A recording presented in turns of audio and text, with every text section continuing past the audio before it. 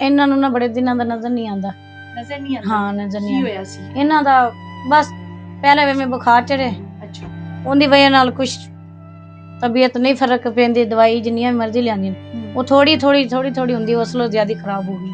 ਉਹਨਾਂ ਦੀ ਵਜ੍ਹਾ ਨਾਲ ਅਸਲੋਂ ਹੀ ਨਹੀਂ ਆਉਂਦਾ ਨਜ਼ਰ, ਕੋਈ ਨਜ਼ਰ ਨਹੀਂ ਆਉਂਦਾ। ਨਹੀਂ ਆਉਂਦਾ। ਅੱਲਾਹ ਪਾਕ ਸਿਹਤ ਦੇ। ਹਾਂ ਭਰਾ ਹੈਗੇ ਨੇ, ਉਹ ਆਦੇ ਘਰਾਂ ਬਾਰਾਂ ਲੈਣੇ, ਉਹ ਭਲਾ ਕਿਉਂ ਰੱਖਦੇ ਨੇ? ਨਹੀਂ ਰੱਖਦੇ? ਨਹੀਂ ਰੱਖਦੇ ਅਸਲ ਤੁਸੀਂ ਰੱਖ ਦਿੱਤਾ ਜੀ। ਫਿਰ ਮੇਰੀ ਦੰਮੀ ਹੈ, ਮੈਂ ਤਾਂ ਰੱਖਣੀ, ਮੈਂ ਤਾਂ ਨਹੀਂ ਛੱਡ ਸਕਦੀ। ਤੁਸੀਂ ਕੋਈ ਕੰਮ ਕਰਦੇ ਹੋ? ਜੀ ਮੈਂ ਨਹੀਂ ਕੰਮ ਕਰਦੀ, ਮੇਰਾ ਮੀਆਂ ਕੰਮ ਕਰਦਾ ਹੈ। ਹਾਂ।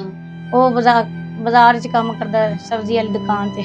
ਆਪਣੀ ਹੈ ਤੁਹਾਡੀ ਸਬਜ਼ੀ ਨਹੀਂ, ਦੀ ਦੁਕਾਨ? ਆਪਣੀ ਨਹੀਂ, ਦਿਹਾੜੀ ਤੇ ਕਰਦਾ। ਕਿਸੇ ਦੇ ਕੋਲ ਮਤਲਬ ਜੀ ਕੰਮ ਕਿਸੇ ਦੇ ਕਰਦੇ? ਕੋਲ ਕੰਮ ਕਰਦਾ। ਠੀਕ ਹੈ। ਕਿਸ ਤਰ੍ਹਾਂ ਘਰ ਦਾ ਮੇਰੀ ਭੈਣ ਗੁਜ਼ਾਰਾ ਹੁੰਦਾ? ਬਸ ਆਪੇ 200-300 ਰੁਪਇਆ ਲੈ ਕੇ ਆਂਦਾ ਹੈ ਮੀਆਂ ਮੇਰਾ, ਤੇ ਇੱਕ ਟਾਈਮ ਦੀ ਸਬਜ਼ੀ ਦੇ ਦਿੰਦੇ ਨੇ ਜਿੱਥੇ ਕੰਮ ਕਰਦੇ? ਜਿੱਥੇ ਉਹ ਕੰਮ ਕਰਦੇ ਨੇ। ਅੱਛਾ। ਤੇ ਬਸ ਫਿਰ ਤੁਹਾਨੂੰ ਪਤਾ ਕਿਰਾਇਆ ਦੇ ਮਕਾਨ ਨੇ, ਬਸ ਇਹ ਮਾੜਾ ਕਿਰਾਏ ਦੇ ਮਕਾਨ? ਜੀ। ਕਿੰਨਾ ਕਿਰਾਇਆ ਦੇ? 5000 ਤੇ ਬਿੱਲ? ਬਿੱਲ ਕਦੀ 1500 ਆ ਜਾਂਦਾ ਹੈ, ਕਦੀ 2500 ਆ ਜਾਂਦਾ। ਬਿੱਲ ਦਾ ਵੀ ਕੋਈ ਨਹੀਂ ਸਮਝ ਨਹੀਂ। ਹਾਂ ਗੁਜ਼ਾਰਾ ਹੋ ਜਾਂਦਾ ਅੱਛੇ ਤਰੀਕੇ ਨਾਲ? ਮਾੜਾ ਮੋਟਾ ਹੋ ਹੀ ਜਾਂਦਾ ਹੈ।